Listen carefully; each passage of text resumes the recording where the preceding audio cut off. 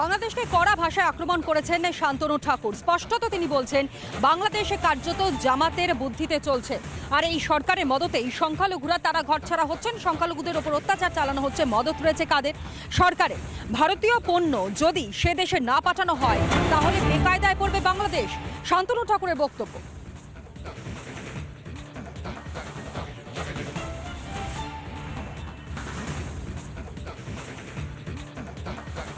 শান্তনু ঠাকুর তিনি যেমনটা হুঁশিয়ারি দিয়েছেন, ভারতীয় পণ্যই বাংলাদেশের শুধুমাত্র ভরসা এবং জামাতের বুদ্ধিতেই, অর্থাৎ যারা জামাতি তাদের বুদ্ধিতেই চলছে এই মুহূর্তে বাংলাদেশ। সরকারের মদতেই সংখ্যালঘুদের ওপরে এই অত্যাচার। বাংলাদেশকে কড়া ভাষায় আক্রমণ করেছেন শান্তনু ঠাকুর। আরও একবার জানাই, বাংলাদেশকে কড়া ভাষায় আক্রমণ শান্তনু ঠাকুরের। জামাতের বুদ্ধিতে এই মুহূর্তে বাংলাদেশে চলছে এবং যে অভিযোগ বারংবার বিভিন্ন মহল থেকে উঠে আসছে কেবলমাত্র জামাতিদের সঙ্গে নিয়ে জঙ্গি মানসিকতা এবং জঙ্গি ভাবধারায় আদর্শ হিসাবে নিজেরা গ্রহণ করে নিয়ে যেভাবে ইউনূসের সরকার চলছে তাকে কড়া ভাষায় আক্রমণ করেছেন শান্তনু ঠাকুর। ভারতীয় পণ্যই বাংলাদেশের ভরসা বলেও হুঁশিয়ারি দিয়েছেন শান্তনু। বাংলাদেশের মতুয়াদের নয়, এখানের মতুয়াদের উপরও অত্যাচার চলেছে। মতুয়ারা জানে কিভাবে বাঁচতে হয়, সংঘবদ্ধভাবে থাকতে হয়, তাই হয়তো বা বেঁচে আছে। বাংলাদেশের বর্তমান পরিস্থিতি সরকারের হাতের বাইরে, সেখানে প্রচ্ছন্ন মদত রয়েছে সরকারের হিন্দুদের উপরে অত্যাচার করার। এর একসময় সমাধান হবেই। আরে না খেয়ে মরবে ওরা, ভারতের পণ্য না গেলে না খেয়ে মরবে।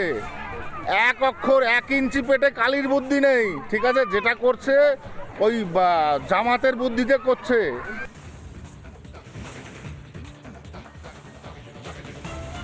বাংলাদেশে হিন্দুদের ওপর অত্যাচার আর এপার বাংলায় সনাতনীদের প্রতিবাদ। বাংলাদেশে হিন্দুদের ওপরে যেভাবে অত্যাচার হচ্ছে তার প্রতিবাদে গর্জে উঠেছে এপার বাংলার মানুষ। দিকে দিকে প্রতিবাদ হচ্ছে, দিকে দিকে রীতিমতন স্লোগান চলছে এবং সবথেকে বড় বিষয়, এত ছবি দেখবার পরেও কোথাও গিয়ে ইউনূস সরকারের মনে হচ্ছে না যে সত্যি যে ঘটনাগুলো ঘটছে তা অবিলম্বে থামার প্রয়োজন রয়েছে এবং কড়া থেকে কড়া ব্যবস্থা নেবার প্রয়োজনীয়তা রয়েছে। বাংলাদেশের হিন্দুদের ওপর অকথ্য অত্যাচারের প্রতিবাদে জোর করে যেভাবে ধর্মান্তরিত করা হচ্ছে সেই সকল অভিযোগগুলো সামনে আসছে এবং যে অত্যাচারের ছবি সামনে ধরা পড়ছে তার প্রেক্ষিতে দাঁড়িয়ে এবার প্রতিবাদ হচ্ছে এবং সেই প্রতিবাদের ছবিও আপনাদের সামনে আমরা তুলে ধরছি। আমডাঙ্গার ইন্দ্রপুরে সেখানে মতুয়া মহাসংঘের প্রতিবাদ মিছিল, অসংখ্য সাধারণ মানুষ এবং সাধু সন্তরা তারা এই মিছিলে অংশ নিয়েছেন। মতুয়া মহাসংঘের যারা সদস্যরা রয়েছেন তারা অংশ নিয়েছেন এবং দাবি অবিলম্বে বাংলাদেশ চিন্ময় কৃষ্ণপ্রভুকে মুক্তি দিক এবং মুক্তি দিতে হবে চিন্ময় কৃষ্ণপ্রভুকে। সংখ্যালঘুদের ওপর অত্যাচার অবিলম্বে বন্ধ করতে হবে। আর এই দাবিতেই বেড়াবেড়িয়া ইন্দ্রপুর বাজার থেকে নীলগঞ্জ পর্যন্ত প্রতিবাদ মিছিল আমডাঙ্গা মতুয়া মহাসংঘে।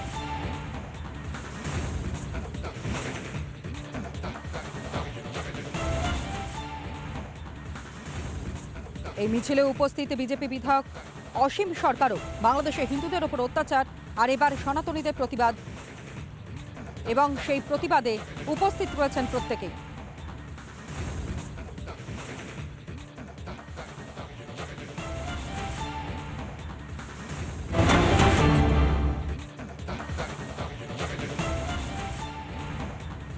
সন্দেশখালীতে যুবতী খুনের প্রতিবাদ, দোষীদের শাস্তির দাবিতে বিক্ষোভ। মিনাখা এসডিপিও অফিসের সামনেই বিক্ষোভ।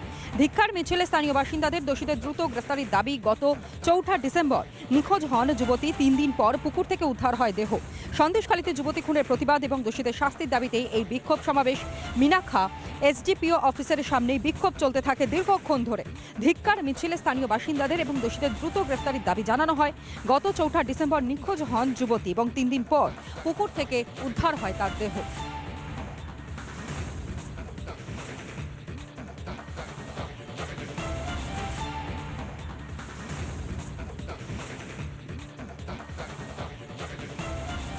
তার 4 ডিসেম্বর ওটা ঘটলেও 3-4 দিন পরে তার নিখোঁজ হয়ে যায়, কিন্তু তারপরে ডেড বডি পাওয়া যায়। আজ পর্যন্ত তার যারা আসামি তারা কিন্তু গ্রেপ্তার হয়নি। আমাদের সংগ্রামী আদিবাসী মঞ্চ, বন্দিমুক্তি কমিটি, সান্না আদিবাসী ঐক্য পরিষদ, অখিল ভারতীয় বিকাশ পরিষদ যৌথভাবে আমাদের দাবি হচ্ছে যে অবিলম্বে এই আসামি ধরা পড়ুক, গ্রেপ্তার হোক, যারা খুনিরা ধরা পড়ুক এবং তারা শাস্তি পাক, আইনানুগ শাস্তি পাক। এটাই আমাদের মূল দাবি। নানা ধরনের কন্টেন্ট দেখার জন্য লাইক করুন, শেয়ার করুন আমাদের ফেসবুক পেজ, সাবস্ক্রাইব করুন আমাদের ইউটিউব চ্যানেল। পাশাপাশি অন্যান্য ব্রেকিং নিউজের জন্য অবশ্যই চোখ রাখুন রিপাবলিক বাংলায়।